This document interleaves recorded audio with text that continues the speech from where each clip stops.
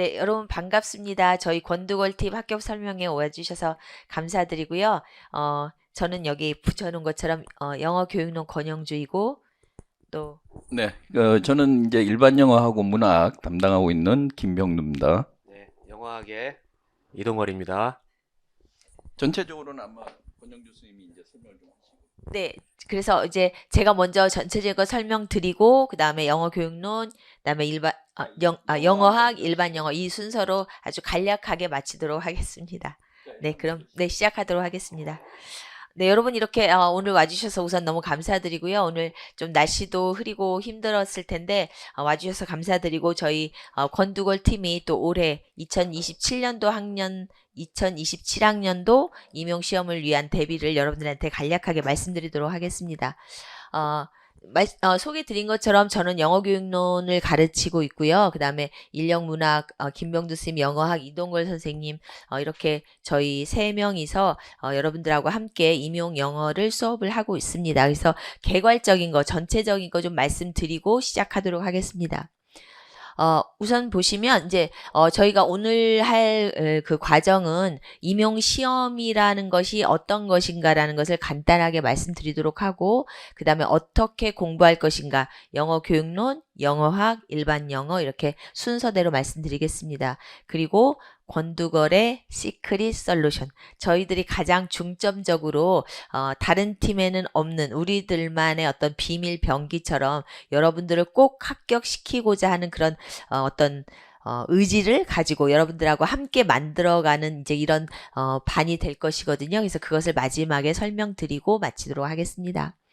그래서 우선 임용 시험 안내를 좀 드리면 여러분 자료에서도 나와 있는데요. 임용 시험 과목 및 시간, 최근 경쟁률과 합격선 간단하게 보여드리도록 할게요. 그래서 보시면 우선 시험 과목은 교육학이 1교시에 있고요. 9시부터 해서 60분 동안 시험 보고 그 다음에 전공 A 90분 그 다음에 전공 B 90분 해서 시험을 전체적으로 보고 있습니다. 그래서 교육학 60분은 이제 시험의 유형이 논술형이고요. 한문항이라고는 하지만 그 아래 또한 4개 정도의 그 세부 문제가 나와 있기 때문에 여러분들이 공부하시면서 전체적인 내용과 더불어 이제 그 어떤 논술적인 글을 써내려 가는 연습을 하시게 되겠습니다. 그리고 배점은 100점 만점에 20점이 되겠습니다.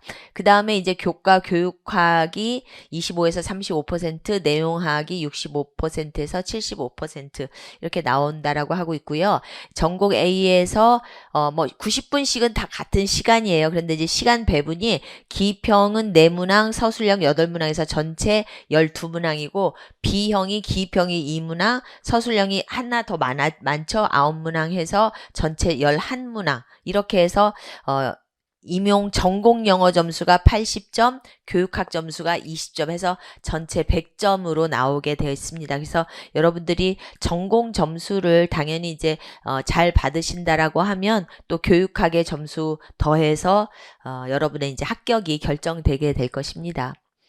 네, 그 다음에 네, 출제 범위 및 내용이라고 하는 것은 우선 이게 뭡니까? 네, 2차 시험이군요. 네, 이거는 2차 시험 이야기예요. 그러니까 우리가 이제 좀 전에 보았던 이 1차가 끝나고 나면 1차 합격이 이번에는 12월 26일 이제 몇 주가 아니라 며칠 안 남았죠. 그래서 12월 26일 마치고 나면 이제 2차 시험의 점수, 2차 시험이 실시가 됩니다. 그래서 2차 시험은 여러분이 학교에 가서 얼마나 잘 학생들을 다루고 얼마나 수업을 잘 할 것인가에 대한 것을 평가하는 것이거든요. 그래서 우선은 심층 면접, 지도안, 수업 실현 이렇게 배분되어 있어요. 그런데 심층 면접이 이제 전체 100점 만점에 2차 100점 만점에 심층 면접이 40점 그리고 수업 실현과 지도안이 이제 60점 이렇게 되고 있고요. 현재는 지도안이 없는 지역이 많아졌어요. 점차적으로. 그래서 수업 실현이 거의 60점이라고 생각을 하시면 되겠고 지도안이 있는 지역은 이제 15점, 45점 이렇게 나눠져 있기는 해요. 그런데 지도안 점수의 그 변별도가 좀 적기 때문에 전체적으로의 분위기는 이제 이 수업 실현이 더 중요하다 이렇게 이야기할 수 있고 혹시라도 경기 지역을 생각하고 계시는 선생님들은 수업 실현 30점에다가 또 수업 설계라는 게 30점이 더해졌어요. 그래서 수업 실현이 다른 지역은 그냥 60점 통으로 나오는데 경기 지역만큼은 수업 설계 30점, 수업 실현 30점. 그래서 수업 설계는 올해 처음이기 때문에 도대체 무엇을 평가할 것인지 아무도 알 수가 없습니다. 그런데 단지 단서가 되는 것은 작년까지는 수업 나눔이 있었거든요. 그래서 수업 나눔은 수업 실현을 한 다음에 15분 한 다음에 10분 동안 수업 나눔을 하는 거예요. 그래서 여러분의 수업이 어땠는지에 대한 이제 그 문제를 한 3문제 정도 주면 그것을 이제 말을 하는 거, 나누는 거죠. 말 그대로. 근데 이제 예를 들어 문제가 뭐 오늘 수업한 거에서 여러분이 한 명의 낙오자도 없이 하겠다라는 경기 교육의 지침을 얼마나 잘 따랐는지 예시를 들어 설명해 주세요. 뭐 이런 식의 문제예요. 그래서 그 수업 나눔 문제였었거든요. 근데 이제는 수업 설계가 수업 실현 앞으로 갔어요. 그래서 수업 설계를 먼저 하고 그다음에 수업 실현 문제가 되기 때문에 이제는 그것이 좀 반대로 되겠구나라는 거 정도는 예상할 수 있어요. 그래서 오히려 이제는 수업 실현을 하기 전에 여러분이 그러면 예를 들어 한 명의 낙오자도 없이 수업을 어떻게 할 것인지 여러분만의 수업 설계에 대해서 설명하세요. 이런 식으로 미리 내가 사전에 나의 수업에 대한 것을 설계하고 나가는 것으로 바뀌었다. 이렇게 보시면 되겠습니다. 그래서 이거는 이제 여러분이 1차 합격자 12월 26일 날 나고 나면 그리고서 1월 21일이 되면 이제 한 달의 시간이 또 있거든요. 그러면은 지금도 사실은 여러분들이 1차 시험 끝나고 2차 연습 많이 하고 계시는데 이제 그 1차 합격자 발표 나고 나면 그 다음에 또 2차 연습을 할 시간이 또 한 달이 또 있습니다. 그래서 거의 한 2달 동안은 2차 연습을 하실 수 있다. 이렇게 보시면 되겠습니다. 네, 그 다음에 이게 이제 우리 2024년, 25년, 26년에 그 합격자 점수와 뭐 인원. 근데 여러분 이렇게 인원 보시면 알겠지만, 인원이, 네, 인원, 모집 인원을 보시면 그 24년, 25년 그 올해가 여러분 그 자료에도 보시겠지만 올해 인원이 697명으로 어마어마하게 늘었어요. 그러니까 작년에 비하면 작년이 다시 볼까요? 작년에 몇 명이었죠? 518명. 그리고 올해가 697명이니까 거의 한 30% 이상이 늘었어요. 그래서 1차 지금 합격은 한 1000 몇 명 정도가 기다리고 있는 거거든요. 그리고 나서 이제 2차 최종까지 가면 최종적으로 697명이라는 인원을 뽑는 것이기 때문에 사실은 올해 경쟁률이 보시면 네, 여기 있죠. 5.7, 4.6 뭐 이렇게밖에 안 돼요. 지금 부산이 좀 높고 근데 대전은 한 명 뽑는데 정말 그 용감한 누군가가 32명이나 지원을 했어요. 전 이거 보면서 진짜 와, 대전에만 가야 할 이유가 있는 이 32명은 대단하다라는 생각을 했거든요. 그러니까 한 명 뽑는데 32명 지원한 이 대전 빼놓고는 경쟁률이 여기가 뭐가 좀 잘못됐네요. 이 세종이 올해 인원이 없는데, 그죠? 네. 어쨌거나, 그 경쟁률이 많이 낮아졌습니다. 그래서 경쟁률이 대체로 5대1, 6대1 정도 되거든요. 그래서 그 말을 1차로 대입을 해보면 1차 합격률은 거의 한 3대1 정도, 한 3명만 물리치면 될 수 있다라는 말이기 때문에 할 수 있다. 3명은 물리칠 수 있다. 우리가 그런 마음으로 준비하고 있습니다. 그리고 좀 이렇게 경쟁률이 낮아졌다라는 건 우리에게도 여러분도 또 우리 가르치는 사람에게도 좀 힘이 되죠. 아무래도 합격할 수 있다라는 그런 좀 의지가 생겼으니까. 그래서 네, 그러한 좀 그리고 어느 정도 경쟁률이나 이렇게 좀 인원수는 좀 유지될 거라고 보고 있습니다. 향후 몇 년 동안은. 그래서 좀 우리 그런 희망을 가지고 좀 열심히 공부하면 되겠구나라는 생각을 할 수가 있겠습니다. 네. 자, 그러면 이제 영어 교육론으로 좀 들어가 볼게요. 여러분 자료에도 나와 있지만요. 영어 교육론 내용을 네, 여기에는 뭐 다 붙여지 않았기 때문에 영어 교육론에서는 무슨 공부를 해야 하나요? 부터 한번 시작을 해보도록 할게요. 그래서 제가 이제 이렇게 한번 여러분들에게 말씀을 드리고 싶어요. 그러니까는 영어 교육론 공부를 그냥 지금 여기서 뭐 자세하게 말할 수는 없고 제가 한 5분 정도 시간이 남은 것 같은데 이거 얘기를 한번 들어볼게요. 영어 교육론이다라고 하는 것은 말 그대로 영어 교육을 어떻게 시키는가예요. 그래서 여러분들이 학교에 가서 영어를 가르치는데 어떻게 하면 잘 가르칠까? 이 얘기를 하는 것이 가장 포인트거든요. 그래서 우리가 무엇을 보고 시작을 하냐면 가장 좋으냐면 우리의 커리큘럼을 생각해 보면 가장 이 모든 답이 나와요. 커리큘럼이다라고 하는 것은 이게 올해 문제 답이었어요. 시츄에이션 어널리시스. 그 다음에 이거는 한 3년 전 답이었어요. 니즈 어널리시스. 그래서 이게 뭐다? 어떤 학교의 상황, 그 다음에 니즈는 이거는 학생들에 대한 이야기예요. 학생들이 무엇을 원하는지, 또 무엇이 렉스, 부족한지, 그리고 무엇이 필요한지. 이것을 알면 우리가 분석을 할 수 있다라는 거예요. 그럼 학교에서 무엇을 가르칠까에 답이 나온다라는 거예요. 그래서 가장 먼저 할 게 시츄에이션과 니즈를 분석하고 그 다음에는 고울이 정해질 수 있죠. 그럼 우리 학습 목표가 정해져. 여기에는 이제 오브젝티브가 포함이 되죠. 그리고 나면 또 뭘 정할 수 있다? 실러버스를 정할 수 있다. 실러버스라는 건 곧 뭐예요? 우리 실러버스 맨날 말하지만 이건 바로 컨텐츠를 이야기하는 거죠. 그리고 나면 머티리얼을 정할 수 있어요. 이제 그러면 우리의 교재를 뭐 동화를 쓸지 뭐 천재를 쓸지 뭐 이런 것들이 이제 정해진다라는 거죠. 그래서 머티리얼을 정하고 나면 그 다음에 바로 나오는 게 뭐가 돼야 된다? 바로 이제 레슨 플래닝이 나오는 거예요. 그래서 이 레슨 플래닝이 바로 2차예요. 그러니까 여러분 이렇게 보면 이쪽의 부분이 1차 시험에 대한 거라고 하면 이 레슨 플래닝이 2차 시험이에요. 그러니까 바로 이 전체가 우리 영어 교육론이 바로 무엇을 가르쳐야 되는지에 대한 내용을 여기서 다 이야기하고 있는 거예요. 그래서 여러분들이 공부하는 내용들이 바로 이것들에 대한 세부적인 내용을 공부하는 거예요. 그래서 그리고 이제 하나 더 한다면 이제 수업을 마치고 나면 뭐가 하나 더 필요할까요? 이밸루에이션. 평가가 필요하겠죠. 그죠? 그래서 이것이 계속 돌아가는 거.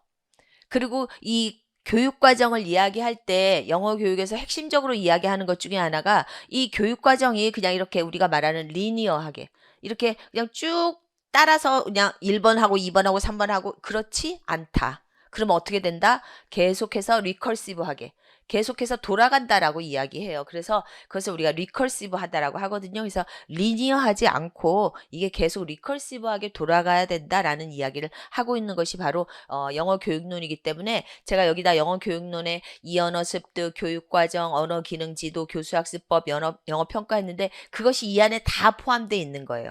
그러니까는 예를 들면은 이 컨텐트 실러버스라는 거 안에 리스닝, 스피킹, 리딩, 라이팅, 그래머, 버캐블러리가 다 통합돼서 들어가 있는 거죠. 그죠? 그리고 머티리얼, 교재론이 또 여기에 들어가 있고. 그래서 여러분이 이 전체의 그림을 여러분 머릿속에 딱 놓고 내가 공부해야 될 게 이거구나 하면은 이 내용들을 여러분들이 쭉 따라서 돌아갈 수가 있겠습니다. 그죠? 네, 그래서 이것을 우리가 공부하는 것이 바로 영어 교육론이다라는 말씀 드리겠고요. 그 다음에 영어 교육론 시기별 학습 방법. 이거는 이제 우리 커리큘럼에 나와 있는 거예요. 그래서 1, 2월, 3, 4월, 5, 6월, 7, 8월 이때 무엇을 할 것인가에 대한 이야기인데 기본적으로 말씀을 드리면 1, 2월과 3, 4월은 이제 내용에 대한 나의 인풋을 우선 받는 거예요. 우리가 학습을 한다라고 하는 것은 그죠? 학습을 한다라고 하는 것은 인풋이 들어와서 어떻게 된다? 아웃풋으로 나오는 결국은 인풋이 아웃풋으로 나오는 것이고 여러분들이 시험 보는 그 11월 20 며칠이 그날 바로 여러분들의 아웃풋이 여러분의 합격을 결정하는 거란 말이에요. 그래서 우리가 1월 달부터 하는 것은 바로 인풋이에요. 그래서 여러분들에게 인풋을 드릴 건데 우리의 이 과정 속에는 뭐가 필요하다? 그냥 들어온다라고 해서 다 내 걸로 되지 않잖아요. 오늘도 우리가 1시간, 2시간 뭐 이렇게 이야기를 하지만 그 중에서 한 10분 정도만 아마 나을 걸로 지금 들어올 거예요. 그러면 그걸 우리가 뭐라고 한다? 인테이크라고 하죠. 인테이크. 그죠? 그래서 우리가 인테이크로 들어온다라고 하는 건 이렇게 흡수되는 거잖아요. 우리 음식물도 좋은 음식 잘 먹어서 내 몸으로 이렇게 흡수돼야 되는 것처럼 영어 교육론에서 말하는 인풋이 인테이크로 들어오는 것도 똑같아요. 모든 음식, 모든 인풋이 다 나의 몸에 흡수돼서 나의 살과 피가 되는 게 아니라 내가 노티싱한 것만. 그래서 우리가 계속 선택과 집중이라고 하죠. 그래서 선택과 집중을 잘 한 것만이 인풋, 인테이크, 나의 것으로 오고 한 과정이 더 있어요. 어떤 시스템 속에다 넣는 거. 그래서 이렇게 시스템 속에 들어온 것만이 아웃풋이 되어 나온다. 그래서 우리가 이 아웃풋을 잘하기 위해서는 이 인테이크 시스템 속에 들어오는 이 과정을 거쳐야 되고 우리 팀이 하려고 하는 여러분들과 함께 1년 동안 하려고 하는 그 계획이 바로 들어온 인풋을 어떻게 인테이크 시스템 속에 잘 넣어서 결국 11월 20 며칠 그 시험 그 당일날 적절한 아웃풋을 만들 수 있는가. 이 아웃풋은 여러분 완전한 그 플루언시가 돼서 나오는 거지 그 여러분 아웃풋 하는 그 당일날 뭐 전략 세우고 고민하고 이럴 시간이 없어요. 90분이라는 시간은 12문제, 11문제를 풀기엔 너무 짧은 시간이에요. 그렇기 때문에 완전 자동화가 되는 것을 여기 시스템까지 다 이렇게 해서 일로 넘어와야지 돼요. 그죠? 그래서 내가 아무리 좋은 인풋을 받았다라고 해도 이 과정을 거치지 못하면 아웃풋이 나오지 못한다라고 생각을 하시면 맞겠습니다.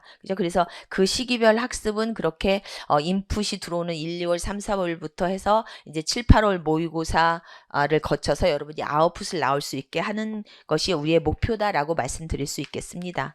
네, 그 다음에 마지막으로 영어 교육론 답안을 잘 쓰는 방법이 있을까요? 라고 해서 거기에 1번, 2번, 3번 해서 뭐 연결성, 언어적 기술, 설득력 이렇게 있는데 영어 교육론은 아무래도 문제도 많고 또 서술형 문제가 거의 한 9문제 정도 되거든요. 9문제, 10문제, 그리고 기입형이 이제 2문제이기 때문에 여러분들이 그것을 빠른 시간 안에 읽고 해결해서 답안을 쓰는 게 아주 포인트가 되겠습니다. 그죠? 그래서 이렇게 여러분이 이해할 수 있게. 그래서 제가 여기서 특히 말씀드리고 싶은 것은 그 중에서도 그 3번에 있는 설득력. 문제점은 문제점처럼 장점은 장점처럼 이게 가장 중요하다라고 볼 수 있겠습니다. 왜냐면 우리가 여러분이 그 뭔가를 설득해야 된다라고 하는 것은 그냥 단순하게 이렇게 일상생활에서 뿐만이 아니라 이 여러분들이 채점을 해주는 그 선생님을 설득하는 게 여러분이 답안을 쓰는 방법이거든요. 그래서 여러분이 답안을 쓸 때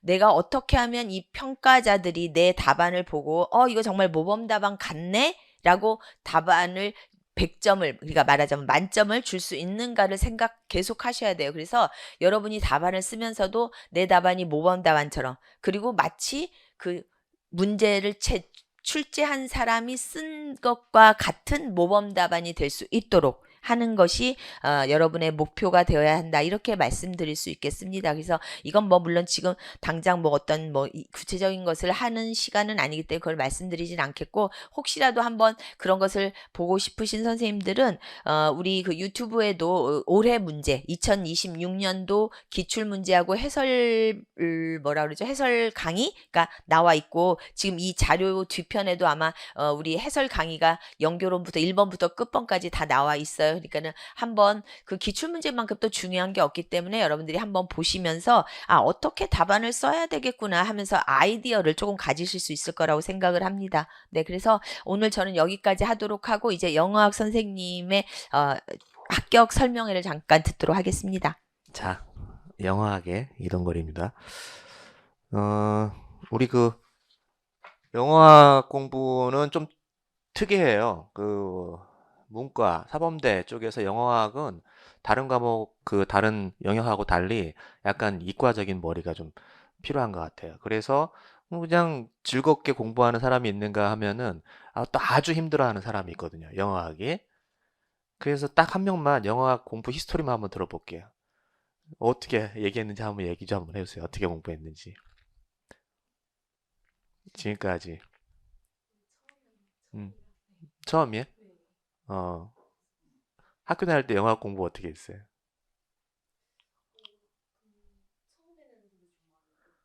응, 응. 그럼 처음이 아닌 거잖아. 처음이 아닌 거잖아. 이게 영어학이 지금 말씀하신 것처럼 처음에는 어려웠는데 그 어떤 임계점을 좀 넘어야 돼요. 그쵸? 그 임계점을 넘으면은 재밌어지고 그 전까지는 굉장히 힘들어요. 그래서 그거를 넘을 때까지 공부를 부단히 나는 왜 계속 그 영어학은 왜 이렇게 안 되는 거야? 왜 이렇게 어려워? 이렇게 계속 푸념하지 마시고 그 임계점까지 다가갈 때까지 조금 인내하시면서 공부가 좀 필요할 것 같습니다. 그래서 지금 영어학은 통사론하고 그다음에 지금 시험에 나오는 범위가 통사론, 또 어디 나와요? 의문론. 이게 이제 메인 두 가지 영역이죠. 그리고 학교 문법. 올해 한 두 문제가 나왔는데 평균적으로는 거의 한 문제씩 나와요. 학교 문법. 그냥 일반 문법이에요. 그 다음에 통사론도 문법인가요? 네, 통사론은 문법이 아니에요. 네, 통사론하고 학교 문법하고 전혀 다릅니다. 이 쓰는 용어하고 뭔가 하는 내용이 비슷하긴 하지만 다른 내용이에요. 그리고 이제 최근에 조금씩 나오기 시작했던 나머지 그 마이너한 영역들. 그 마이너한 영역들이 뭐냐면은 형태론, 또 의미 활용론. 여기까지가 이제 영어학이에요. 그래서 형태 의미 활용론은 보통 Introduction to Language 그 프런키 책 있죠. 영어학 개론서. 그래서 아주 기본적인 개론만 우리가 공부하면은 그거는 커버가 돼요. 그리고 그다음에 통사론하고 의문론은 조금 더 디테일하게 공부를 해야 됩니다. 그래서 통사론하고 의문론 이 부분만 조금 말씀드릴게요. 첫 번째 왜 개어로 쓰였냐? 통사론이 이게 무슨 말이냐면은 잘 이해가 안 가요. 그러니까 개념이 굉장히 어려워요. 어려운 건 아니야. 낯선 거예요. 굉장히 낯설고 근데 낯선데 이게 또 혼동이 되는 건 뭐냐면 아까 말씀드린 것처럼 학교 문법하고 또 비슷한 용어를 써요. 예를 들어서 우리가 중고등학교 중딩에서 쓰는 뭐 컴플리먼트 같은 경우는 보어예요. 보어. 그쵸? 예, 컴플리먼트 보어인데 통사론에서 컴플리먼트는 비슷하지만 다른 개념을 쓴단 말이죠. 그래서 그 개념 차이가 있고 낯선 개념들이 많이 막 들어오기 때문에 왜 그게 낯설다고 얘기하냐? 낯설어요. 왜냐하면은 그 영어학을 특히 통사론 같은 경우는 중고등학교 때 통사론 공부하지 않거든요. 그리고 일반 사람들이 통사론 공부할 일이 없거든요. 그 뭐 수능에서 보면은 신텍스라는 말을 쓰지만 그건 다 그냥 영어 구문론을 이야기하는 거고 일반 사람 전공자가 아닌 경우에는 통사론 공부할 일이 없어요. 그러니까 통사론 책을 보면은 굉장히 낯섭니다. 언어 이론에 관련 개념이기 때문에 그래서 그런 용어들을 굉장히 아주 칼같이 깔끔하게 정의를 아주 잘 파악을 하셔야 돼요. 그래서 통사론 공부할 때 개념 파악 정확하게 하기, 그 굉장히 중요하고요. 그래서 그 외계어가 이제 더 이상 외계어가 아닌 자연스러운 나의 언어가 될 수 있게 공부를 할 필요가 있어요. 가장 기초적인 거고, 그 다음에 이제 나무와 숲 이야기인데, 그러면 다른 공부도 마찬가지죠. 근데 특히 통사론은 공부하다 보면은 이제 나무들 이쪽 나무 여기 나무 여기 나무 여기 나무 보면서 나무 하나씩 보게 되죠. 나무 하나씩 보게 되면은 시험에 다가서서 그 문제가 잘 안 풀려요. 전체적으로 볼 수 있게 해야 됩니다. 전체적으로. 그래서 나무와 숲을 왔다 갔다 해야 되는데 공부를 지금 아직 시작하거나 처음 하시는 분들은 숲을 전체적으로 보기 어려우니까 그 숲에 관한 그 전체적인 흐름은 제가 매번 강조해 드릴 거예요. 그래서 공부하실 때 전체적인 틀 안에서 개별적인 개념들이나 영역을 볼 수 있도록 그렇게 해 드릴 겁니다. 그래서 세 번째 복잡하게 얽혀요. 이게 얽히고 얽혔어요. 그러니까 우리가 물리적인 책 같은 경우는 챕터 1, 챕터 2, 챕터 3 이렇게 해서 책 자체가 물리적인 거니까 이렇게 나눠두잖아요. 근데 사실은 공부가 될 때는 그 책에 있는 내용들이 우리 머릿속에서 통합돼야 돼요. 얽히고 설켜야 돼요. 그래서 그렇게 이해하기 위해서는 조금 반복해서 공부를 많이 할 필요가 있고 반복하셔야 됩니다. 그래서 이 얽히고 설킨 개념들이 개념들 시험 볼 때 이건 내가 공부한 개념 나왔는데 답을 건드릴 수 없는 경우들이 있어요. 얽히고 설킨 거를 정확하게 내가 파악을 못해서 그래요. 개념은 공부했지만 왜 답을 못 쓰지? 이런 경우도 있기 때문에 이런 것들을 우리 이제 공부하면서 계속해서 과제를 통해서 문제를 통해서 이런 것들을 해결해 나가도록 우리가 어떻게 해야 돼요? 노력을 해야 돼요. 네, 노력을 할 겁니다. 자, 그 다음에 의문론 한번 보겠습니다. 의문론은 이제 세 개입니다. 의문론, 통사론은 그렇게 공부하면은 그 통사론은 공부하면은 그래도 그나마 조금 이렇게 이제 어떤 성취가 좀 보이긴 해요. 이 의문론은 이게 또 더뎌요. 근데 의문론은 접근하기는 그렇게 어렵진 않아요. 그러니까 다가가기는 쉬운데 이게 완성하려면 또 시간이 더디 걸려요. 그래서 굉장히 골치 아픈 과목이긴 한데 이 사운드 체계에 대한 공부잖아요. 영어의 소리 체계에 대한 공부인데 그 영어의 소리 체계를 우리가 듣고 배울 때는 그렇게 어렵지 않아요. 그냥 수동 학습자 입장에서 듣고 배울 때는 그렇게 어려운 내용은 아니에요. 다 끄덕끄덕 됩니다. 그런데 우리가 그 기출에서 시험에서 요구하는 부분은 뭐냐면은 이 소리 규칙을 써내야 되고요.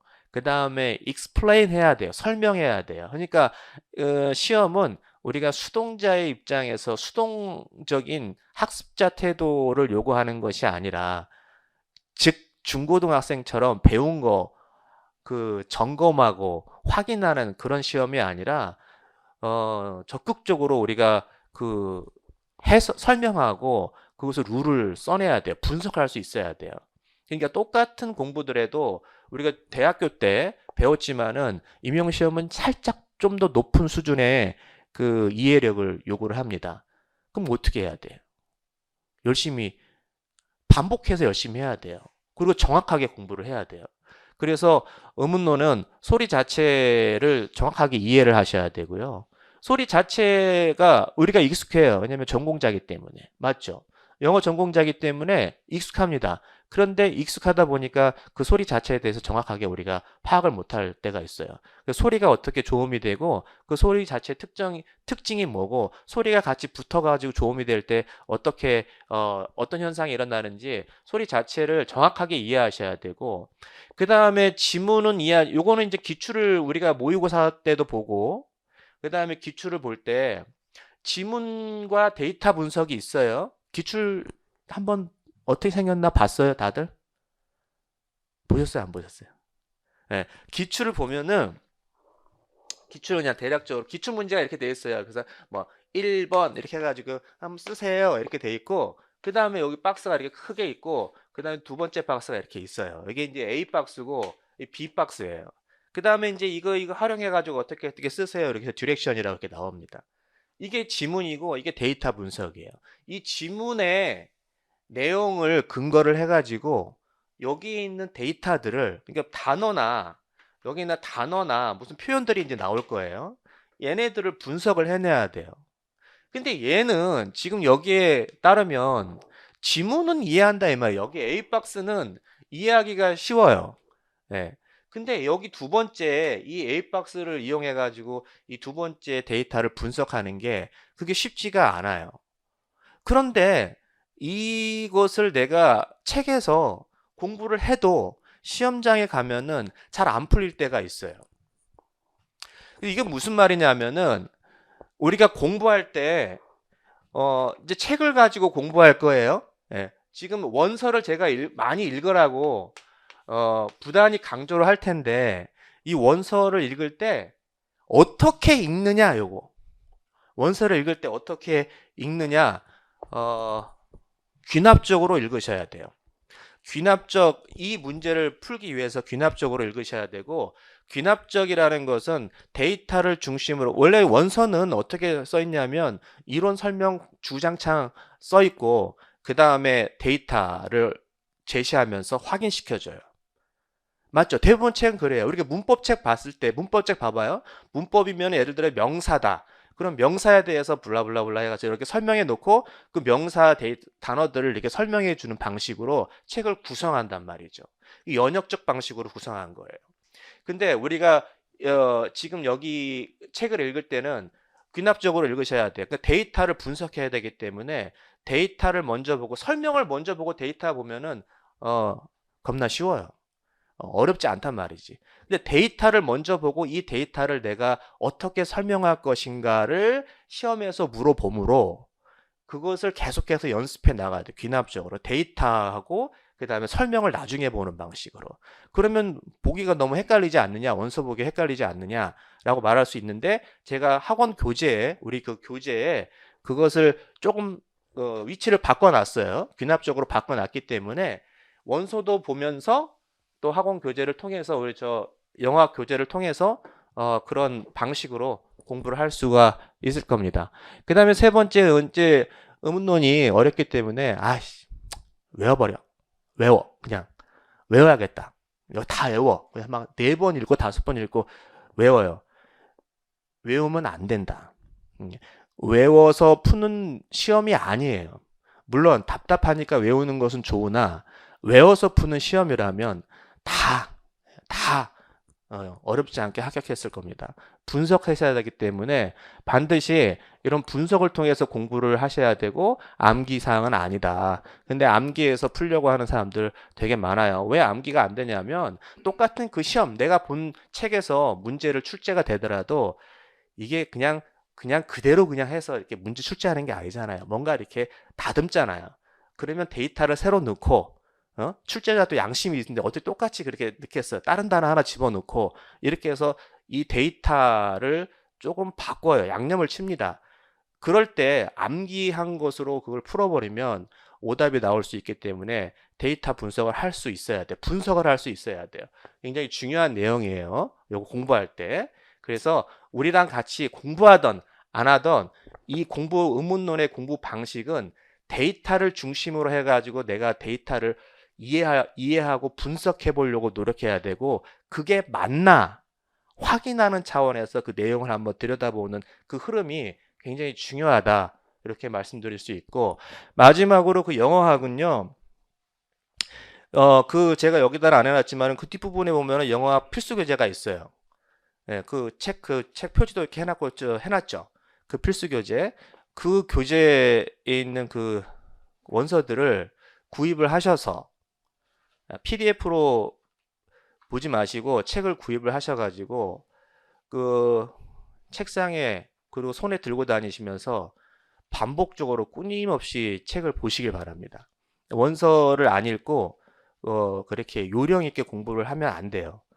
특히 영어학은 시를 바늘 귀에다 꽂고 공부해야 돼요. 허리에다 그 실 허리 바늘 허리에다 이렇게 묶어가지고 바느질 할 수 있어요, 없어요? 원서 안 보고 공부하려고 하는 게 그 방식이에요. 나중에 후회하니까 원서를 다 구매하셔가지고 뭐 구매 안 하셔도 이게 있잖아요. 이렇게 해서 출력해가지고 하여튼 물리적인 책으로 이렇게 해서 구입을 하셔가지고 수시로 반복해서 볼 수 있도록 하시기 바랍니다. 자, 그래서 오늘 영어학은 여기까지 하고 그리고 우리 일영문학 김병도 선생님 설명하시겠습니다.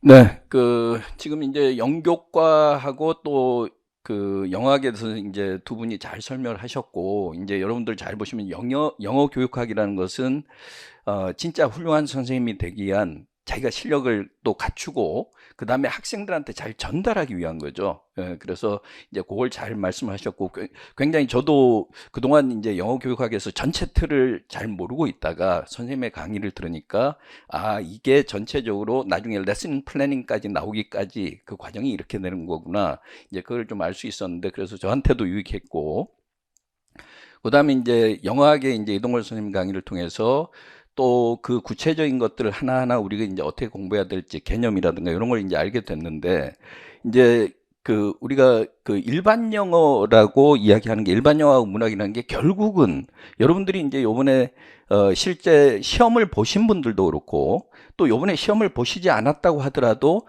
나중에 이제 결국은 그 문제들 봐야 될 거예요. 지문들을 봐야 되고, 그 난이도가 어떻게 되는지 그걸 좀 알아야 되고. 그래서 요번에는 특히나 여러분들이 시험을 안 보신 분들도 분들한테 이야기 들으면 굉장히 어려웠던 이유가 있어요. 그래서 그걸 이제 좀 더 우리가 같이 한번 살펴볼 거고, 더군다나 이번에 수능이 불수능이었다. 영어가 불수능이었다, 특히나. 그래서 여러분들 중에서 영어 그 수능 문제를 요번 걸 풀어본 사람들은, 고등학교 때 이렇게까지 힘들게 지금 어려운 지문들이 나오나? 이런 생각도 들고, 그 다음에 나는 그 수능을 통해서 나도 이제 대학을 이제 들어왔고 그렇긴 하지만 지금 내가 풀어봐도 잘 모르겠다. 이런 느낌이 들 거란 말이에요. 그러니까 지금 앞으로 계속해서 이 수능 문제가 거기에 대해서 제가 여러 가지로 그 평가한 것들, 분석한 것들을 제가 글을 좀 많이 올리고 있는데 나중에 이제 저희 권두걸 카페나 제가 운영하는 카페나 이런 데서 한번 좀 보시면 좋겠어요. 그래서 그러면은 이번에 그렇게 수능 문제가 어려웠던 것이 심지어 그 평가원장까지 사퇴할 정도로 단순히 그냥 어려웠다는 자체만 문제냐? 결국은 그걸 어떻게 가르치느냐의 문제라는 거죠. 그러니까 학교의 선생님들이 공교육에서 잘 가르칠 수 있도록 돼야 되고, 그러려 그러면 임용시험에서 선발되는 여러분들도 훌륭한 교사가 돼야 되겠죠. 예, 그래서 영어 실력 자체를 키우는 쪽으로 저는 이제 초점을 맞추게 될 거예요. 그래서 이제 일형문학의 중요성 이야기는 뭐냐 하면, 이제 지금 전공영어가 80점이 1차 시험에서, 그래서 통상적으로 1차 시험이 교육학 20점, 전공영어 80점이고, 이제 아까 영어 교육학, 영어학 말씀하셨지만, 사실은 일반 영어하고 문학이 점수 자체 비중은 24점이니까 사실은 3분의 1이 안 된단 말이에요. 전공영어 80점 중에 24점밖에 안 되니까. 그렇지만 여러분들이 직접 이렇게 뭐 시험을 보신 분들이나 아니면 선배 사례를 들어보신 분들이 알겠지만 결국은 발목을 잡는 건 일반 영어하고 문학이란 말이에요. 예, 그래서 항상 일반 영어하고 문학 때문에 결국은 고배를 마시는 경우들이 많고, 그 다음에 이번에 시험 보고 나서도 결국은 영어 자체를 잘해야 된다. 그래서 평가원이 결국은 노리는 거는 영어 자체를 잘하는 사람들을 선발하겠다는 거다. 그건 당연한 거죠. 왜냐하면 2014년부터 일반 영어 문학, 임용시험이 주관식으로 바뀌었잖아요. 그전에는 객관식이었잖아요. 그죠? 그럼 주관식으로 바뀌었다는 거는 나중에 학생들을 가르칠 때 주관식이나 서술형으로 이제 답을 써야 되는 걸 가르칠 때를 대비한 거겠죠. 최소한 선생님들 20년 정도는 그렇게 계속 선발해서 누적이 돼야 그러면 이제 학생들을 수능 시험도 대체해서 결국은 논술형이나 서술형이나 주관식으로 갈 거란 말이에요. 그렇죠? 그러니까 그걸 미리 염두에 두고 했기 때문에 제가 예측하기로는 전부터 제가 계속 이야기했던 건 2030년대가 되면 수능도 객관식보다는 주관식으로 아마 바뀔 것이다.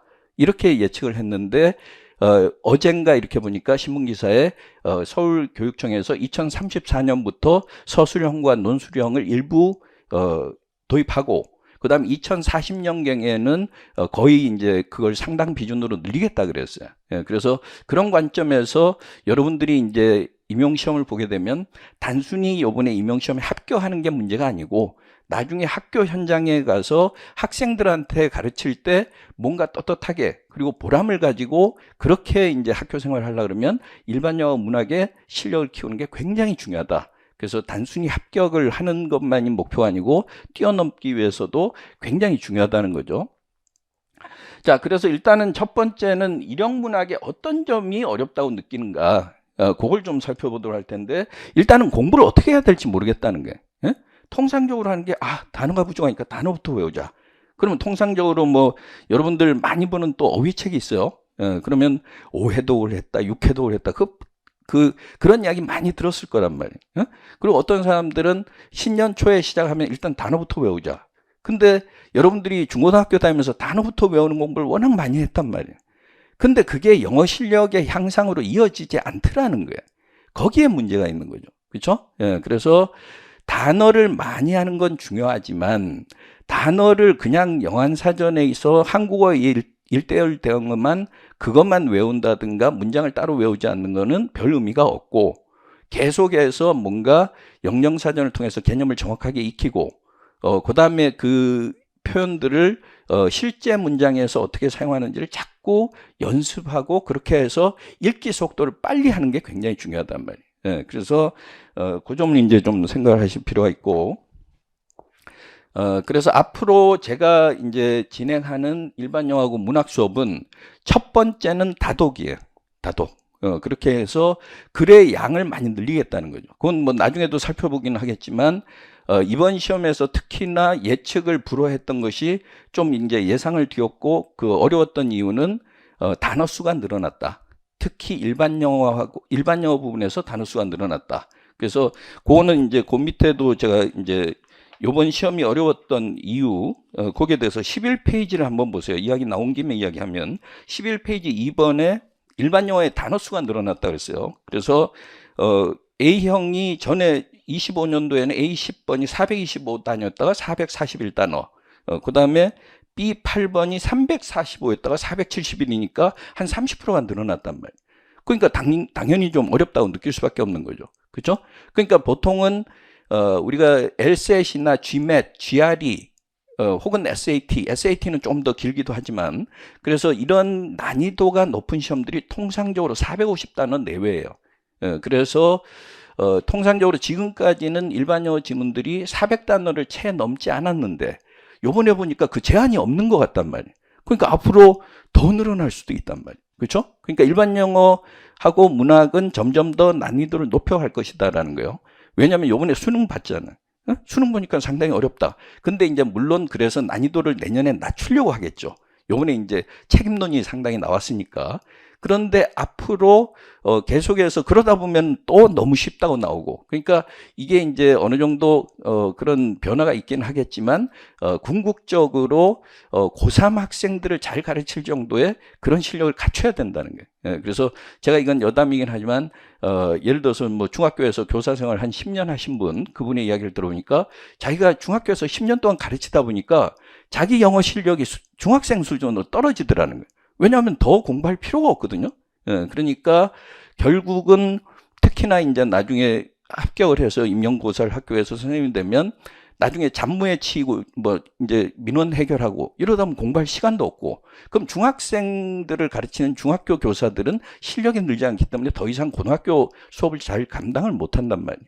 그러니까 궁극적으로는 수능, 고3이 돼서 수능까지 가르칠 정도까지는 평상시에 연습이 돼 있어야 된다는 거예요. 그러니까 그렇게 생각을 하고 여러분들이 공부의 목표를 좀 높여야 된다. 그래서 지금까지 생각하는 것처럼 전략적으로 생각을 해서 전공 80점에서 대략 예를 들어서 뭐 60점이라든가 아니면 60 몇 점 이렇게 아래 위로 해서 그 다음에 이제 교육학을 18점, 19점 받고 이런 식으로 전략적으로 공부하는 게 아니라 일반 영어하고 문학에서는 거의 만점을 받겠다는 각오로 해야 된다는 거예요. 그래야 영어학이나 영어 교육학 원서 읽을 때도 훨씬 빨라지는 거고. 그래서 그걸 좀 생각하실 필요가 있고요. 자, 그래서 일단은 일반 영어하고 문학은 첫 번째는 많은 독서 그거 하고 그걸 계속 제가 과제물을 많이 줄 거예요. 뭐 뒤에서도 이야기가 나오지만 하루에 한 3페이지는 여러분들이 다룰 수 있도록 할 테니까 일주일이면 아마 한 20페이지가 되겠죠. 그러니까 실제 강의 시간 말고 개별적으로 공부하는 게 한 20페이지는 되도록 그렇게 매번 데일리 어사인먼트를 내서 그걸 매번 해야만 되도록 그렇게 하도록 할 거고, 그래서 이제 공부하는 방법이 처음에는 막막하긴 하지만 그걸 이제 그런 식으로 좀 해결을 하도록 하고요. 그 다음에 두 번째는 기입형 문제가 무섭다고 할 정도로, 기입형 문제는 굉장히 영어를 잘하는 사람들도 때에 따라서 논리에 따라서 잠깐 삐끗하면은 뭔가 다른 답을 선택할 수 있단 말이에요. 그러니까 기본적으로 기입형 문제 답을 선택하는 데는 그냥 단순히 한국어로 번역을 했을 때, 해석을 했을 때 그 관점에 봐서는 안 되고 반드시 영어 자체의 콜로케이션에 따라서 영어에 숙달이 된 사람이, 그러니까 우리가 보통 한국말도 한국말의 문법이라든가 규칙은 잘 몰라도 우리가 어디에 어떤 단어가 써야 될지는 알 수 있단 말이에요. 그러니까 그런 감각을 키워줘야 된다는 거예요. 그래서 앞으로 그 감각을 키우는 연습, 그 연습을 하게 될 거고, 그 나머지는 제가 구체적으로 다 설명하지는 않겠어요. 왜냐하면 자료에 다 설명이 돼 있으니까 시간상 이제 그거는 다 설명하지는 않을 텐데, 기입형 문제는 특히나 지금 현재로서는 일반 영어하고 문학의 24점 중에 6개, 그러면 12점이죠. 절반이에요. 그러니까 엄청나게 그 비중이 크단 말이에요. 그리고 기입형 때문에 보통 굉장히 고민이 많고, 그래서 기입형 문제의 답을 잘 선택하는 게 굉장히 중요한 부분인데, 그거는 단어를 쫓아서 되는 것이 아니라 메시지를 잘 이해해야 된다는 거예요. 그래서 전체적으로 속독 능력을 키워서 최대한 빨리 전체 맥락을 이해하는 그런 연습이 돼야만 그 다음에 이제 기입형 문제를 해결할 수 있는 거니까 기입형 문제에 대한 막연한 공포감을 버리고 이 기입형 문제를 어떻게 정확하게 잘 대처할지 그걸 저하고 이제 함께 하나하나 이제 분석을 하면서 내용들을 이제 채워 나가도록 할 거예요. 그래서 기입형이 사실은 기본적으로 영어 능력을 키워서 그 맥락 속에서 찾아내는 감각적 훈련이 먼저 돼야 되는데 그 밖에도 여러 가지 방법론은 제가 거기다 적어놨으니까 그건 나중에 이제 한번 보시도록 하고요. 자, 세 번째는 어떤 교재나 글을 공부해야 될지 모르겠다. 보통 그렇죠. 선생님 공부 열심히 해야 되는 건 알겠는데 책 좀 권해주세요. 이렇게 얘기하는 경우가 많단 말이에요. 그래서 그거는 제 자료만으로도 충분할 수 있도록 아까 제가 말씀드렸죠. 우리 교재가 있을 거고 그 교재는 Reading and Writing Booster라 그래서 원래 나온 책이 있지만 거기다 지금 한 80페이지 정도 더 보충을 해서 개정 정보판을 만들 거예요. 그래서 내년 수업할 때 그 책을 가지고 이제 하게 될 텐데 그 책에는 기본적으로 우리가 긴 장문의 독해 지문들을 자기가 당황하지 않고 해결할 수 있도록 그렇게 기본적으로 넣어놓고 그 다음에 그걸 확인할 수 있는 문제 유형들을 넣어놓을 거예요. 근데 그 문제는 독해 지문들이 좀 길어요.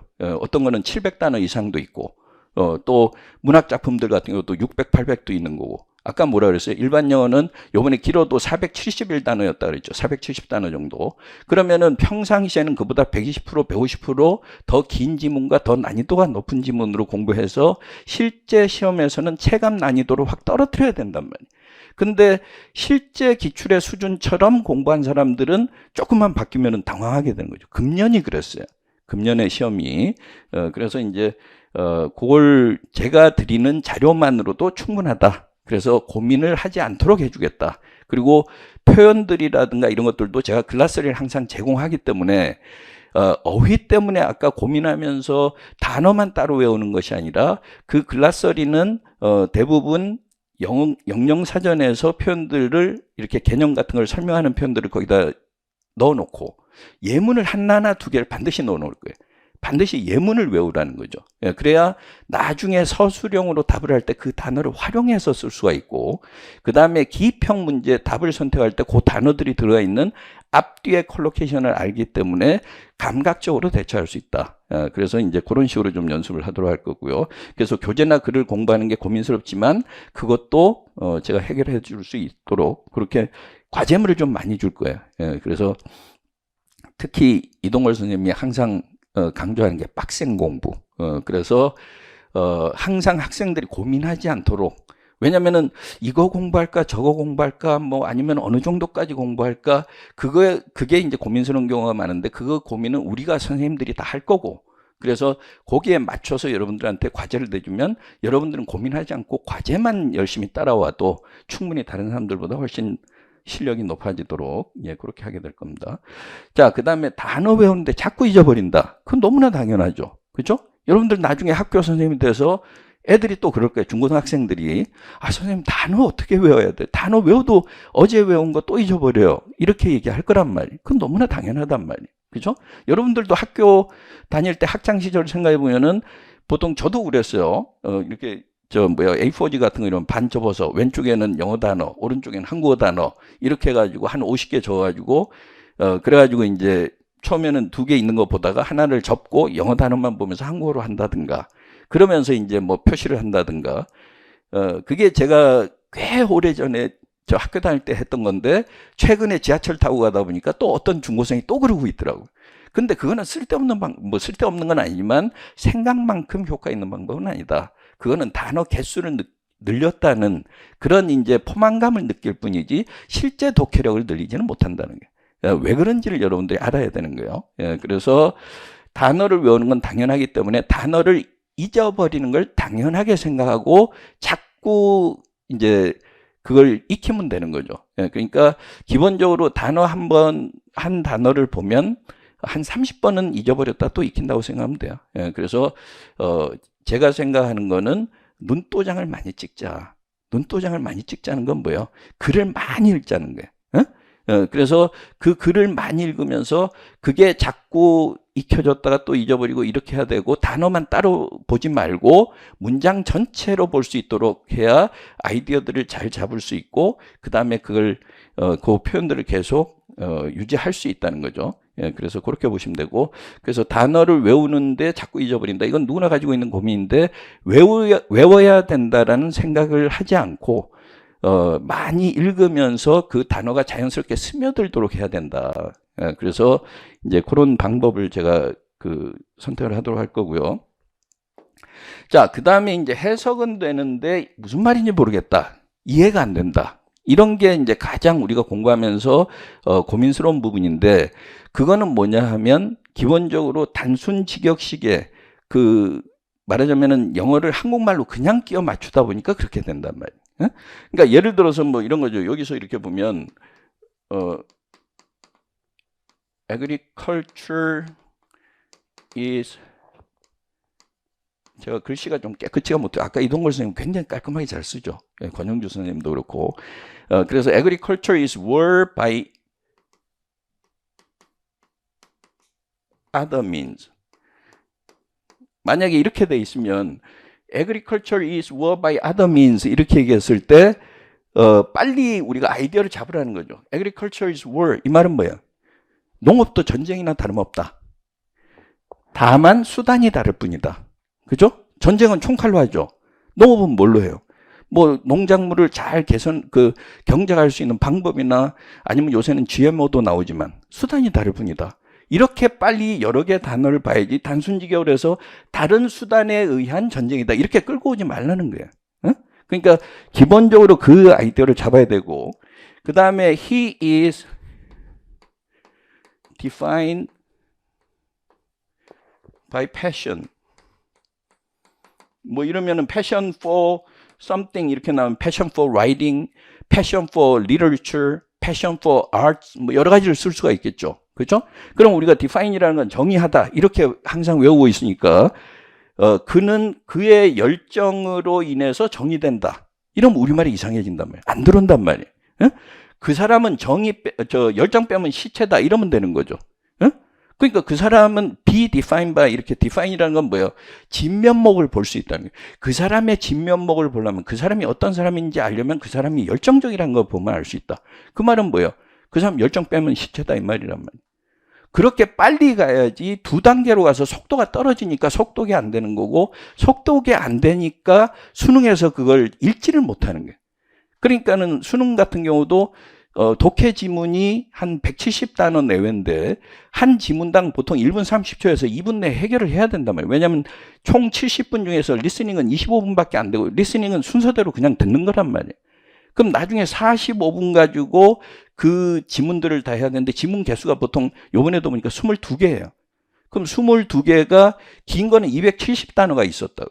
그 270단어는 한 3분 정도 이렇게 해야 되고 이렇게 되기 때문에, 그래서 그걸 항상 생각을 하시고, 그래서 이렇게 읽는 방법을 알아야 해석은 되는데 무슨 말인지 이해를 못하겠다. 그걸 좀 줄일 수 있다는 거죠. 예. 그래서 하여튼 뭐 지금 이제 조금 속도를 내야 되기 때문에, 그래서 그 다음에 이제 메인 아이디어라는 게 요약을 잘할 수 있도록 해야 되겠다.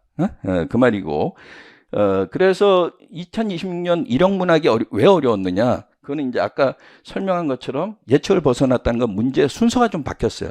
그리고 A1번이 어려웠고 A1번, 2번이 영교인데 굉장히 어려웠다 그러고, 그 다음에 A3번이 문학인데 전에는 소설이었는데 희곡이 됐고, 그 다음에 A4번 영어학 어려웠고, A5번 또 어려웠고, 이러니까는 A형에서 멘붕에 빠진 거죠. 그러니까 아예 포기하고 이런 경우가 생긴단 말이에요. 그러니까 기본적으로 예측을 다양하게 해서 기존의 작년에 기출문제를 따라가는 거는 어리석은 거다. 반드시 전년도 기출을 쫓아가면 이미 딴 방향으로 가 있단 말이에요. 그러니까 미리 그 경로를 차단하고 거기서 막아야지 뒷공문을 쫓아다녀가지고는 안 된다는 거예요. 예, 그래서 그걸 좀 생각하시고, 그 다음에 단어수 아까 이야기했죠. 그 다음에 지문의 난이도가 높아졌다. 그게 상당히 특히나 요번에는 그랬기 때문에 그거는 요번 수능과 그 다음에 그 임용시험 둘 다 마찬가지예요. 그 분석을 좀 철저히 해야 되고, 그 다음에 속독 능력은 아까 제가 설명한 그대로고, 그래서 일형 문학을 공부하는 잘못된 방법은 나중에 읽어보세요. 왜냐면은 결국은 잘된 방법만 보면 되니까.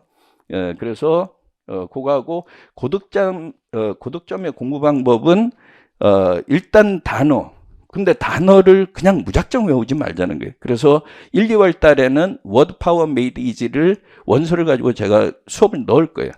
그래서 이번에는 제대로 단어를 어떻게 익히는지, 그리고 재밌게 어떻게 공부할 수 있는지, 그걸 좀 다룰 거고, 그 다음에 아까 제가 나눠드리는 글라서리, 나중에는 그걸 묶어서 책으로 낼 텐데 그 글라서리를 철저히 공부하면 단어 가지고 고민하지 않도록 만들어주겠다. 그거는 제가 자신 있게 얘기할 수 있는 부분이에요. 그 다음에 3번에서 그 논리. 그래서 그냥 단편적인 한 문장 한 문장은 이해하지만 전체 논리를 이해하는 걸 잘 모르는 경우가 있기 때문에 그래서 그걸 최대한 좀 높이도록 하고 그 다음에 영어는 패러프레이징이 발달한 언어다. 이 말은 예를 들어서 이제 그런 거죠. 예, 그래서 요거는 이제 노스코리아 뭐 이렇게 돼 있으면 이렇게 수도를 나타내서 평양 뭐 이렇게 해도 노스코리아고 그 다음에 더 허민 네이션 이렇게 얘기해서 더라는 정관사를 써가지고 이미 앞에 나왔던 그 개념이라는 걸 설명해주고 은둔하는 나라, 은둔자의 나라. 이래서 외부 세계에 별로 이렇게 자기 내부를 이렇게 노출하지 않는다는 거고. 그 다음에 더 스탈리니스트 네이션 이렇게 얘기해서 좀 독재 정권이다. 뭐 이렇게 얘기하면 더 스탈리니스트 네이션 이렇게 얘기해서 절대 북한이라는 표현을 쓸 때 그 다음에 또 더 노스라고도 해요. 이런 것들이 수능하고 임용시험에 반드시 나온다는 거예요. 어떤 지문이든지 다 패러프레이징이 발달했기 때문에 그래서 그걸 좀 생각을 하셔야 되고요. 그래서 요거는 패러프레이징 발달하는 언어 저게 굉장히 중요하고 그 다음에 동사를 중심으로 해서 주어부하고 술부 그걸 어떻게 빨리 분석할 건가 그것도 중요하고요. 그 다음에 저하고 공부하면서 금년에 이제 내년에 공부할 사람들은 독서량을 획기적으로 늘리겠다는 거예요. 예, 그래서 이제 소설을 2달에 한 권 정도는 읽는 그래서 그 단과 강좌도 있고 그 다음에 또 개별적으로 또 이제 그렇게 과제물을 주기도 하고요. 그 다음에 속독 능력, 그 다음에 지문의 논리적 흐름 이거는 아까 설명을 했죠. 예, 그래서 글을 좀 빨리 읽도록 하겠다. 그래서 아까 얘기한 대로 저 수능 시험도 1분당 전체가 170단어 정도인데 아까 470단어까지 임용시험에 나왔다 그러니까 그걸 최소한 그 정도 난이도면 150에서 200단어를 1분 내에 읽을 수 있도록 그렇게 하면 훨씬 더 시간을 줄일 수 있기 때문에 이제 그런 방향으로 가겠고요. 예, 그래서 그런 게 이제 제가 이제 설명한 부분이고 그 다음에 이제 전체 권두걸의 시크릿 솔루션은 이동월 선생님께서 한번 정리를 전체적으로 해 주시도록 그렇게 하겠습니다. 자, 예, 조금 길어졌습니다. 예. 3장 솔루션 한번 볼게요. 권두걸의 시크릿 솔루션. 그래서 이제 여기서부터는 앞에 그렇게 공부하기가 어렵고 시험에 어렵고 이렇게 해서 어려웠고 이렇게 공부해야 되고 이제 이런 내용인데 그러면 내가 권두걸 팀에 들어오면 권두걸 팀에서는 나를 어떻게 해줄 거냐, 어떻게 공부를 해야 되냐, 이제 이 얘기를 조금 하고 이제 마무리를 할게요. 우리가 그 페이지, 자료 페이지 맨 앞에 보면은요, 맨 앞에 한번 봐보세요. 자료 페이지 맨 앞에 보시면 거기 상단에 보시면은 합격하는 공부하자 이렇게 써놨어요. 그죠? 그래서 써 있나요? 써 있죠? 합격하는 공부하자. 그래서 공부를 할 때도 막연히 열심히 그냥 무작정 겁나 투머치하게 공부하자 이렇게 이게 답이 아니에요. 왜냐면은 이 시험이라는 것은 명확한 타겟이 있기 때문에 그 타겟을 정확하게 조준하는 공부가 돼야 돼요. 그래서 합격하는 공부하자. 이렇게 이제 우리가 캐치프레이를 정해서 올해 우리 권두걸 팀에서 이제 공부하는 우리 수험생 예비생들을 무지하게 조금 괴롭히려고 합니다. 공부 좀 할 수 있게. 그래서 어떻게 괴롭힐 것인가? 여기 보면은 위클리 과제하고 퀴즈를 제공할 건데요. 아까도 이제 잠깐 말씀을 하셨지만은 과제는 굉장히 많이 내줄 거예요. 근데 이제 과제하고 공부할 시간이 없다 이렇게 아니라 과제를 하면서 공부를 할 수 있도록 그렇게 하겠습니다. 그래서 왜 과제를 많이 내주냐? 생각보다 어떻게 공부해야 될지 모르는 사람들이 너무 많아요. 어디서 어떻게 공부해야 되고 이게 잘 모르는 사람들이 많은 것 같아요. 그래서 그냥 아예 우리가 무엇을 공부해야 되고 근데 과제는 단순히 이게 단순한 과제가 아니라 정말 공부하는 과제로 그 무엇을 어떻게 공부해야 되는지를 가이드를 해주는 그런 과제가 될 것이고 그 과제의 두 번째 점에 보시면은 분량이 많다. 근데 이 분량이 많다, 잘못 나온 건데 중간에 분량이 겁나 많다. 이게 들어가야 돼요. 그래서 분량이 상당히 많아서 과제를 수행하기가 쉽지가 아, 않을 수도 있습니다. 그래서 하여튼 이 과제 제출 여부는 지속적으로 확인 관리한다는 말은 무슨 말이에요? 예, 안 내는 사람 골라내겠다 이런 뜻이에요. 그래서 누가 숙제를 했는지 과제를 했는지 안 했는지를 우리가 판단하겠다. 과제를 어, 안 하고 숙제를 안 하는 사람이 분명히 있어요. 그런 사람은 어떤 사람인가 하면은 그냥 하라는 대로 안 하는 거야. 그냥 똥꼬집. 내 방식대로 이렇게 하는 거예요. 내 방식대로 하는 사람들 뭐 훌륭하죠. 자기 방식이 있다는 건 훌륭한데 이것은 우리가 대학원에서 무슨 하버드에서 공부하는 게 아니에요. 논문 쓰는 공부가 아니라고. 시험에 타겟팅해서 공부하는 거기 때문에 거기에 가이드라인대로 공부하는 게 중요해요. 이게 똥꼬집 부린다고 되는 게 아니에요. 이거는 그냥 공식 시험이에요. 공인 시험, 토익 같은 거, 예? 토익 같은 거 이렇게 해야 고득점이 나온다는 그런 시험이에요. 그래서 반드시 정확하게 조준해서 공부해야 돼요. 근데 그 부분을 잘 모르니까 우리가 이렇게 과제를 통해서 그 가이드를 해주겠다라고 했는데 안 따라온다. 그럼 어떻게 해야 돼? 네 번째 점이 뭐가 반드시 완수해야 되고 그거 안 하면 어떻게 하냐? 페널티를 우리가 부여를 할 겁니다. 페널티는 뭔지 모르겠어요. 근데 최대 페널티는 그냥 퇴원이에요. 최대 페널티는 여기 돈 쓰지 마. 그것을 우리가 고민을 하고 있습니다. 그 다음에 이제 과제를 제공해서 충분히 우리가 그 주에 배운 내용을 공부를 했다면은 이제 퀴즈를 통해서 그 필수 개념들을 확인하는 것을 체크를 할 거고 이 퀴즈 점수도 과제 그 제출 여부 그 다음에 퀴즈의 그 점수도 우리가 구글 그 폼을 통해서 확인을 할 거기 때문에 바로바로 채점이 될 겁니다. 그래서 그런 것들이 향상이 안 되거나 그럼 공부 안 했다는 얘기니까 그런 것들도 이제 관리를 통해서 잘 안 하는 사람들은 상담을 지속적으로 해서 왜 안 하는지 공부 방향이 어땠는지를 체크를 해 나갈 겁니다. 그래서 여러분들은 인재 권두글 팀하고 함께 한다면은 이 부분에 있어서 도움을 굉장히 많이 받거나 아니면은 그냥 대충 천천히 그냥 놀면서 공부해야겠다 그러면은 이것 때문에 힘들어질 수도 있어요. 예, 그러니까 그거를 보시면 되고 그 다음에 이제 우리가 올해도 했던 건데 우리 팀만 이렇게 열심히 했죠. 사실은 매달 모의고사를 진행합니다. 그 매달 모의고사를 진행해서 내가 준비가 안 돼 있어도 괜찮아요. 그냥 그 문제 풀이 그 집중하는 시간 거기에 계속 노출이 되는 거예요. 그래서 매달 넷째 주 토요일은 시험 보는 날이에요. 그 실제 그 시험 보는 날이니까 넷째 주 토요일 날 모의고사를 진행해서 그 진행하면 어떡하냐? 답안지를 제출하면은 저희가 채점을 할 거고요. 몇 점을 받았는지. 물론 이게 부끄러워가지고 안 내는 사람도 채점 점수가 부끄러워서 안 내는 사람도 있는데 이거 안 내는 사람 없도록 다 그렇게 여러분들 해주시면 되고 그 목욕탕 가서 때 많을까봐 부끄러워서 옷 못 벗는 거랑 똑같은 거예요. 채점하셔야 되고 그 다음에 이제 플러스 뭐가 있냐면은 강사의 그 뭡니까 평가 총평 그러니까 코멘트를 드릴 거예요. 피드백을 드릴 겁니다. 그래서 어떻게 공부하라는 등 이렇게 해서 뭐가 좀 문제점이 있다라는 등 예, 그런 이야기를 드릴 겁니다. 그래서 이제 요 매달 모의고사 점수는 지속적으로 여전히 관리가 될 거고 이 점수 추이까지 여러분들이 확인할 수 있도록 그렇게 해 드릴 겁니다.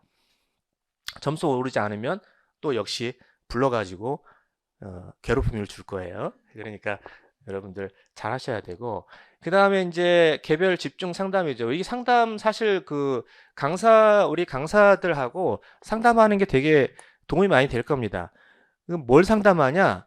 저 크게 두 가지예요. 공부 방향 제대로 가고 있는지, 나 공부 제대로 하는 거 맞아? 이렇게 이걸 항상 그 체크를 하셔야 되고, 물론 모르는 거 있거나 이거는 뭐 수시로, 예, 수시로 하셔야 되고, 이제 내가 공부 방향이 제대로 돼 있는지 스스로 그 의심이 될 때는 항상 그 우리 강사들하고 이야기를 하고, 그 다음에 또 뭐 때문에 상담을 여러분들이 하셔야 되냐면, 공부 열심히 의지를 아주 그냥 뿜뿜하다가 나중에 되면은 이 불안감, 공포, 그다음에 나약함, 막 이런 것들이 막 몰려와요.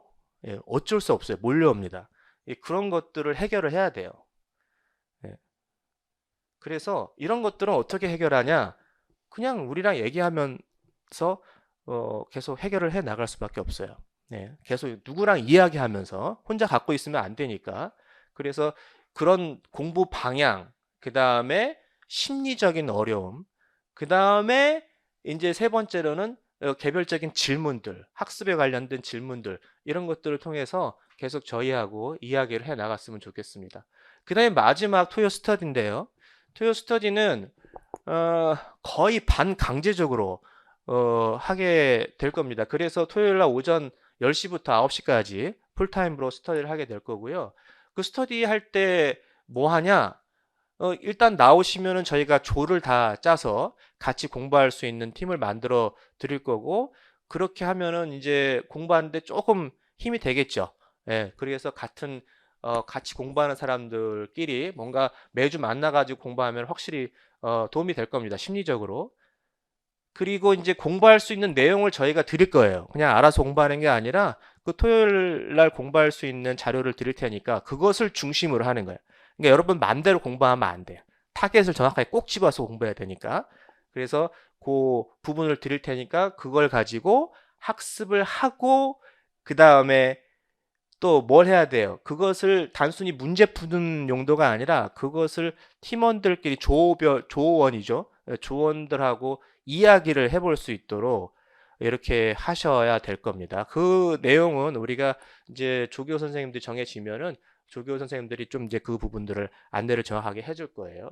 그래서 이 토요 스터디는 내가 그 주에 배운 것들을 같이 모여서 확인 학습을 하고, 그 다음에 인풋을 좀 해본다, 말로. 그래서 아까 우리 그 권윤 선생님 말씀드렸지만 인풋 굉장히 중요하기 때문에 그 내가 생각했던 공부했던 것을 사람들 앞에서 말로 한번 내뱉어봐야 돼요. 그것을 반드시 하셔야 됩니다. 그 경험이 토요 스터디에서 아마 이루어질 겁니다. 그래서 여기까지 우리가 권두걸 팀과 함께 하면 어떻게 권두걸에서 여러분들을 괴롭힐지 그렇게 이제 말씀을 드렸습니다. 여기까지 마무리하고요. 그 다음에 이제 개별적으로 궁금한 게 있으면은 선생님들하고 말씀을 나누는 그런 시간을 갖겠어요. 그럴까요? 끝낼까요? 끝? 네, 끝내겠습니다.